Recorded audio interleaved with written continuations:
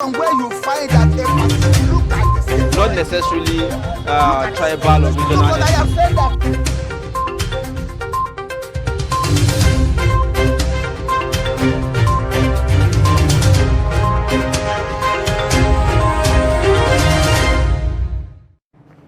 All right, thank you for staying with us. You're watching Daybreak on Trust Television. Time to take a look at the dailies on Daybreak. We'll begin with the Daily Trust newspaper.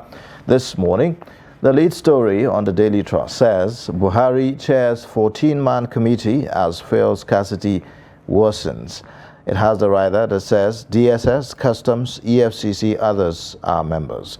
President racing against time, says experts. Hawkers sell petrol for 500 naira per litre in Abuja, 600 in Ondo State. You'd find all the details of that story on page 4 and page 6. Now, above the lead story, you have Constitution Review. State Assemblies rejects financial autonomy for local government areas. That's on page 13. New Naira notes, National Assembly and BFLA differ on deadline extension on page 23. Gombe governorship, court dismisses PDP suit seeking to disqualify Governor Inua Yahaya.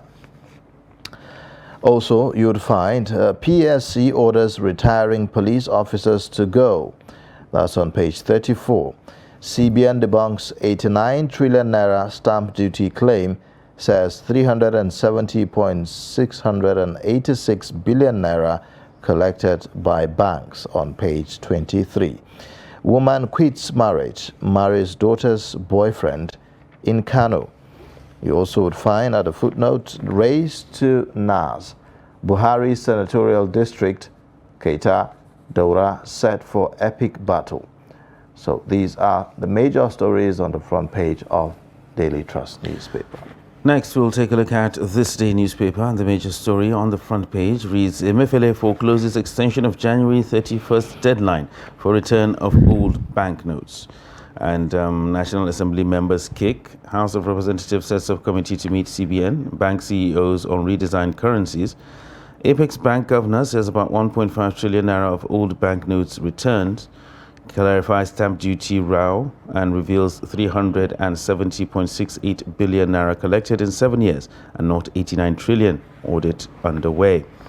The writers still say declares currency redesign has slowed down kidnapping and ransom taking and says no cause for alarm over CBN's exposure to federal government.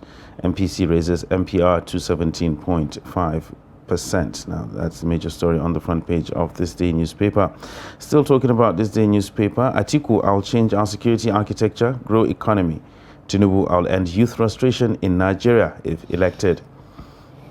And going towards the top of the front page there, there's an interview there with Najatu Muhammad, which is being promoted inside page 18 and 19.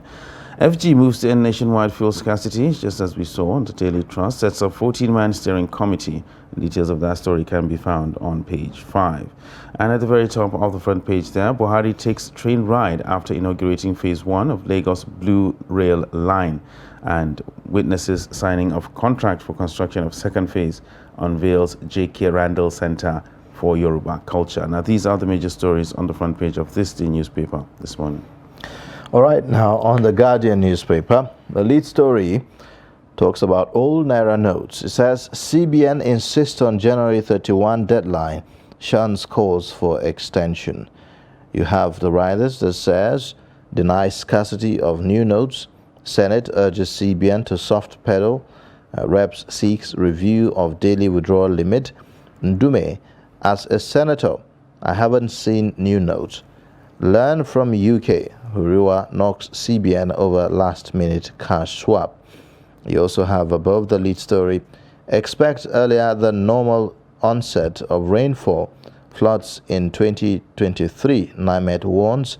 Dangote refinery not part of projects for Buhari's commissioning. IPC seeks safety for journalists ahead of 2023 polls. Buhari keeps mum. Commissions Blue Line Rail, J. Randall Center. You also have at the bottom, Buhari appoints Arase as PSC boss amid furor over IGP's tenure elongation. FG reinstates COVID-19 travel protocol. More countries restrict Chinese travelers.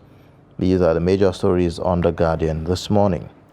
Next, we'll take a look at the Punch newspaper, and the major story reads, New Naira deadline. Kano, Ondo, Anambra depositors flood banks with old notes.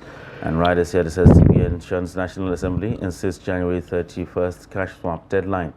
EFCC, ICPC won't arrest huge depositors, Emefiele assures bank customers. And central bank officials, POS agents set up rural cash exchange points. Still on the front page of the Punch newspaper, Labour knocks governors and states reject local government autonomy. Islamic teacher bags life in jail for defiling 8 pupils. Details of that story can be found on pages 4 and 5. WHO worries over fresh 170,000 COVID-19 deaths. And towards the top of the front page there, at the very top, FG raises 14-man panel to end fuel scarcity. Interest rate hike, job losses, crisis loom, warns OPS. And traders lament as Okowa shuts markets for Atiku. Now, these are the major stories on the front page of the Punch newspaper this morning. All right. On the Nation newspaper, the lead story, senators, reps draw battle line with CBN over Naira notes. You also have above the masthead, retire if you are due. PSC orders DIGs, AIGs. Abia to enjoy export hub status, says Tinubu. You have tribunal fixes Friday for verdict in Oyetola versus Adeleke. President heads 14-man panel to end petrol crisis. You also have legislature, judiciary autonomy bills ready for Buhari's assent. These are the major stories on the Nation newspaper, which is the final paper that we'll be looking at. We have our reviewer with us in the studio, Ben Sherman, the former director of news, Voice of Nigeria. Thank you so much for joining us on Daybreak, as always. My pleasure. Thanks for having me. Yeah. Well, unfortunately, the central bank governor doesn't have good news for those who are seeking the extension of the deadline for the phasing out of the old Naira notes. Yesterday he said that. And the National Assembly is taking an opposite position on this. They are insisting that there should be an extension, otherwise there will be crisis. And one will think that the issue of withdrawal limit have been reversed by the Central Bank of Nigeria, but somehow there seems to be uncertainty about that. I don't know. What's your take on this? Well, when you say the CBN has bad news, it's not extending the date and all that stuff. You see, the Nigerian, this culture of last-minute rush.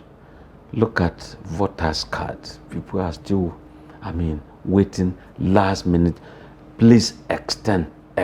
Even when you extend, you still call for extension. My worry, and I think my recommendation, should rather be more deployments to rural areas, take new currencies to rural areas, just extend this en bulk. And we see people complaining that when they go to ATM, what the money comes out, what is being dispensed is old currency. So who is stuffing that with old currency? And so the banks that are doing that should be sanctioned, because it's an attempt to derail this system. Is it that the central bank is not giving the banks enough new currencies? Or the banks are hoarding the currencies? I think the banks... Or what exactly? Is it about racketeering now, or what? I think the banks are the culprits, because as the name implies, commercial banks. You don't do direct transactions with the CBN at all, you as an individual. So at the dispensing point, it has to be the commercial bank, either at the counter or by way of the ATMs. You have POS, you go there, many of them still have the old currency. And that's why you can see some people are really rejecting it to ensure that why should I collect 100,000? Why should I have 100,000 that I can't spend? So it's therefore a call to the CBN to ensure that points of services, POS or ATM, you have to have new currencies and not people going to get money and you are receiving money that you can't spend. So for Nigerians, truly, this issue of always waiting and waiting shouldn't be. And I think this, the central bank should also bring its hammer very well and harsh on commercial banks that are refusing to do many of these things. Well, a lot of those people... who, just a moment, those who still hurt the old currency, I wonder, you've been told a long time ago, even if you knew it's too much for you, well, if you feel that it's too much, you can, I mean, how did you even get it in the first place? But if you've been depositing it piecemeal, you must have reached somewhere. But if you feel it's still going to be under your pillow, some big pot or some holes in one house or some bunkers somewhere, good luck to you. And you might end up feeding cockroaches with that money. Well, a lot of people actually will argue that it's not a question of people waiting till the last minute to actually do that. A lot of people will say that they tried to get the new currencies, but the unavailability of the currencies was what hindered them getting it at this particular point. Even now, with the rush that is currently on right now, a lot of people are still complaining that they still don't have access to these new currencies. We just read a headline of a senator actually saying that as a senator he hasn't seen the new notes. I don't know how true that is, but the unavailability is what is being blamed on the current rush right now. Yes, the unavailability, we're hearing that from customers like you and I.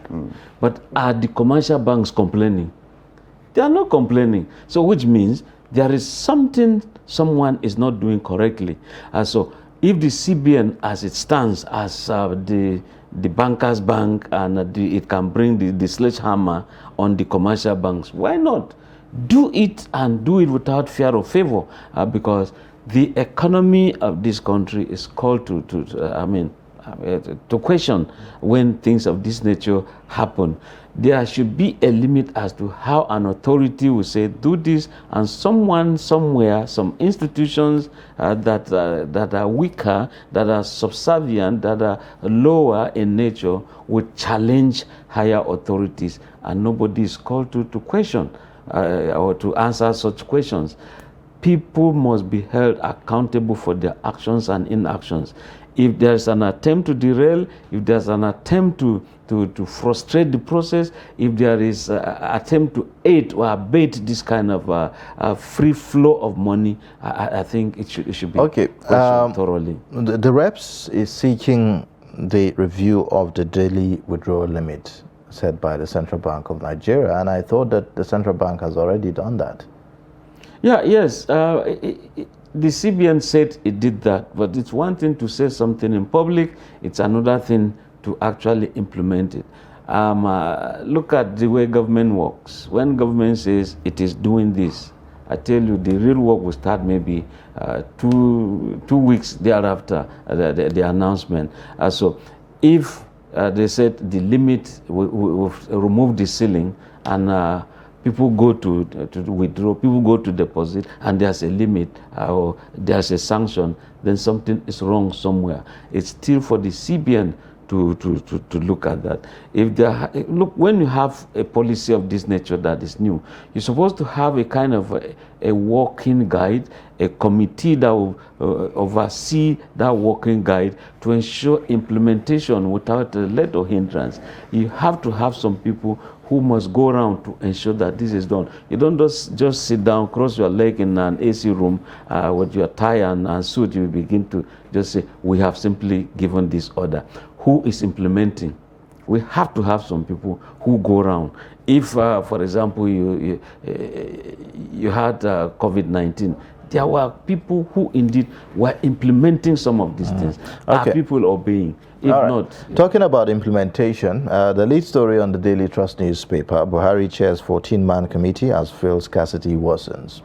Being the Minister of Petroleum himself, he is heading that committee alongside other members, the DSS, Customs, the EFCC and others, and all that. This is even as black marketers, we call them, sell, petrol 500 naira per liter in Abuja and the rest of them. So, what are your expectations? Honestly, before my expectations, first my observations. You see, the president has so much on his table to govern Nigeria. That's one. He's all over the place. He's in Senegal. He's in this place. Fake to take charge of. And many other things. And the campaigns are on as well. The campaigns are on. So if I were to be the president, honestly, I would not, as Minister of Petroleum, become also the chair of ensuring that there is free flow of petrol supply or fuel supply in this country. I would not do it. Rather, I just look at somebody. But he takes the blame. Yeah, he takes the blame, appoint somebody who indeed will be running helter-skelter to ensure that he delivers. And once he gives that order, look, I'm appointing you because I know you are capable. Please do it to me. Give me daily report. Come directly. These are my direct lines. I think that will be better. But again, when you say DSS is there, police are there, customs, immigrations, these are all civil servants who indeed will always go in line with what you call due process. You can't see this one unless you see that one. That one will move to another, and the other will move to another. And that is why people are selling this product at the prices they so wish. I mean, you go to some villages in the city here, it's a bit better. Go to villages, you see what they are suffering from these people. I mean, people now you just go and manage to buy 1 gallon and return home, begin to pray that it doesn't finish. It won't finish as soon as you don't use it, but as soon as you use it, it has to go. So we expect that okay, the committee you've set up, the DAC committee, who indeed would the president be the rallying point? Will it be the pivot in which everything rotates? He should appoint someone who indeed will be the arrowhead, who must move around. I mean, when FCT looked at the need to implement standards, they decided to appoint one journalist, and he's been all over the place. People see what he is doing. Now, if you feel that, okay, within customs, within immigration, there is an officer, there is somebody, a civil servant, who indeed can do the job. Look, all that it takes is that man going round.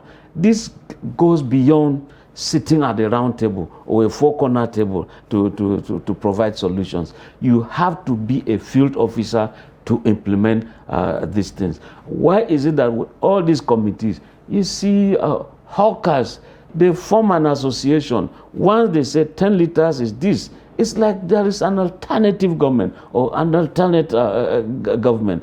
We have to ensure that laws are meant to be obeyed. We have to know that we have officers who indeed must ensure laws are obeyed. They must be the implementers of these laws. Not that, okay, the president has set up a committee. Okay, that's the news. And thereafter what? When the DSS, some 3 weeks ago, went to say, look, we're going around, prices came down.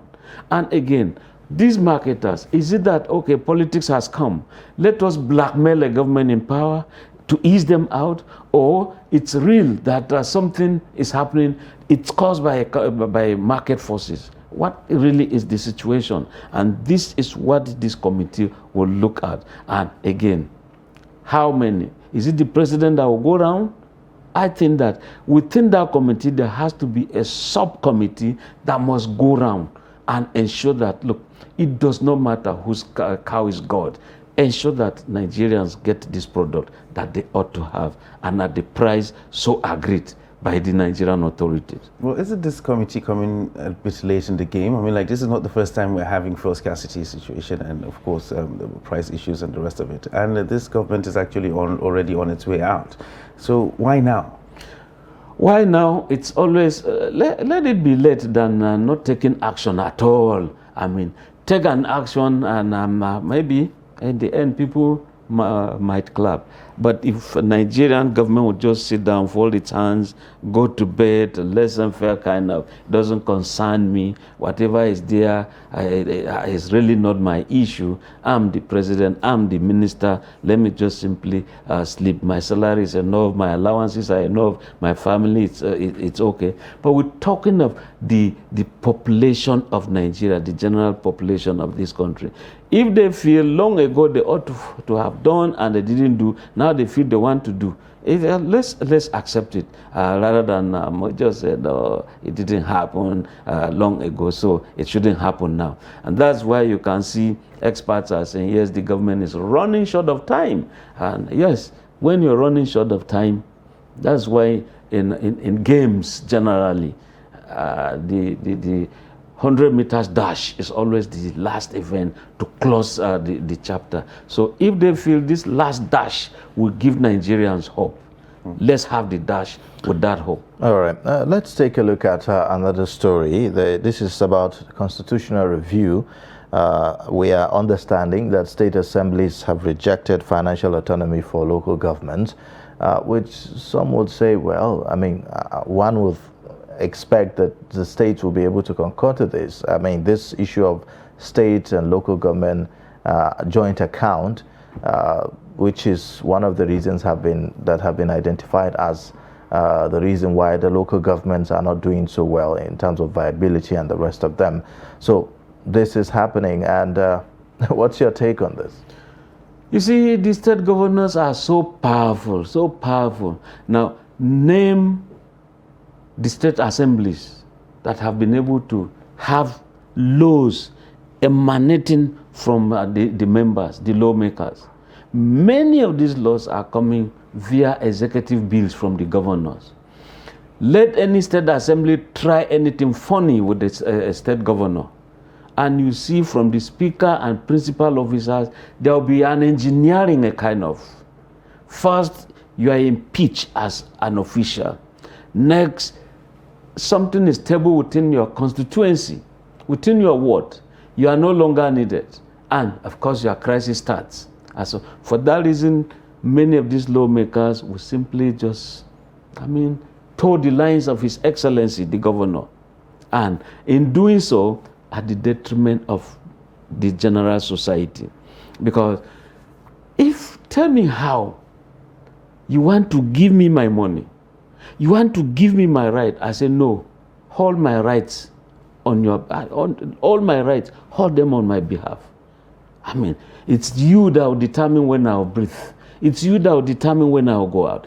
And that is why they cannot function very well. And the same thing goes to the local government autonomy. You just realize that if these local governments were to have their own autonomy, have their own money, they'll be able, under the residual laws, they should handle markets. Why is it so difficult to make this happen? It's so difficult. Why can't we perhaps have some other options of perhaps maybe an executive order that would make sure that this happens? You see, an executive order was on board. The President Muhammadu Buhari actually signed an executive order. The governors ganged up. Today, see the way they are fighting against themselves. But when it came to local government autonomy and the need for them to have their money, they all came together. ABGA, APC, PDP, they all went to the Supreme Court as court of first instance. And of course, the Supreme Court ruled, say, President, you belong to the executive. You can't make a law and implement it. Go face your executive functions. And therefore, whatever you have done is a nullity. And so the governors join hands to defeat the president. So the president doesn't have the powers to instruct the accountant general of the federation, for instance. Honestly, he doesn't, because of this ruling. It's directly already a precedence. And he can't overrule the Supreme Court. Not even a magistrate's court, in as much as you'd never appealed. So the president cannot. He can't do it. So the governors have become so powerful. Will we ever see local government autonomy in Nigeria? We can get local government autonomy. We can get the state assembly autonomy on grounds that as campaigns are going on, let us ask these presidential candidates, will you, if you become president? But apparently it's not up to them, from what it seems Just a moment. If you make it a party affair, and you are the majority at the National Assembly, and again you are governors, even at the governors forum, we now say, look, why don't we simply give this arm or tier of government? Don't you think that would be risky for the political for it the can be candidates? risky because we're talking of so that they service. don't lose their popularity. No, I mean, popularity is all about you. If the governor, the local government chairman or councils are able to perform very well in your state, they've been able to nip insecurity at the primary level. Health-wise, they've done it at the basic level. Education-wise, primary school is so good. They'll have it less at the state level. And the federal government will also have it less. So which fear is it? That you carry Quran, carry Bible, and swear that you do justice to all manner of people. And in the end, where's that justice? That the president even said, look, when they come to Abuja, they said tiers of government have shared so trillions of money. Local governments got this, states got this, federal got this. Every state governor will always force the local governments, dump your money into this joint account. And the moment you dump that, they just say, take this and pay your salaries. And for you, take this for your visitors. And it ends there. And that's why even state governors who want to go and commission boreholes, that's the job meant for local governments. I mean, state governors who want to go commission some feeder roads, that's the job of a local government. A state government who want to go commission some gutters here and there, that's the step of a local government. Clinics, they all belong to local government. And you also have some mini kind of forestries run by the local government. The market, why will a state governor go, I'm constructing so market? What, therefore, is the job of a local government? And that was why former President Olusegun Obasanjo said and described, maybe aptly, local governments. He said they have become sharing centers. The moment the salaries have been paid, just converge, collect yours, share yours, and disappear, wait for another. So what's the job of a local government? Yeah. It is in the constitution, but it does not have the financial muscle, the financial independence. Same thing with the state assembly. What really do they have? The state governors have pocketed them. Let's see bills coming from the state assemblies. They are always executive bills, and the state governor will give you time. Look, a bill is coming, I want it passed within the next 3 days or this week. Yes, sir. His Excellency. So there are no checks and balances between the executive, the legislature at this point in the state level. All right. Well, thank you so much for this perspectives. We will be looking forward to having you again on the show. Now, we'll take a short break, and then when we return, it will be top of the hour, where we'll look at the headlines again and other discussions on Daybreak. Join us again. But in a situation where you find that a person look like the same, Not necessarily tribal or regional. but I have said that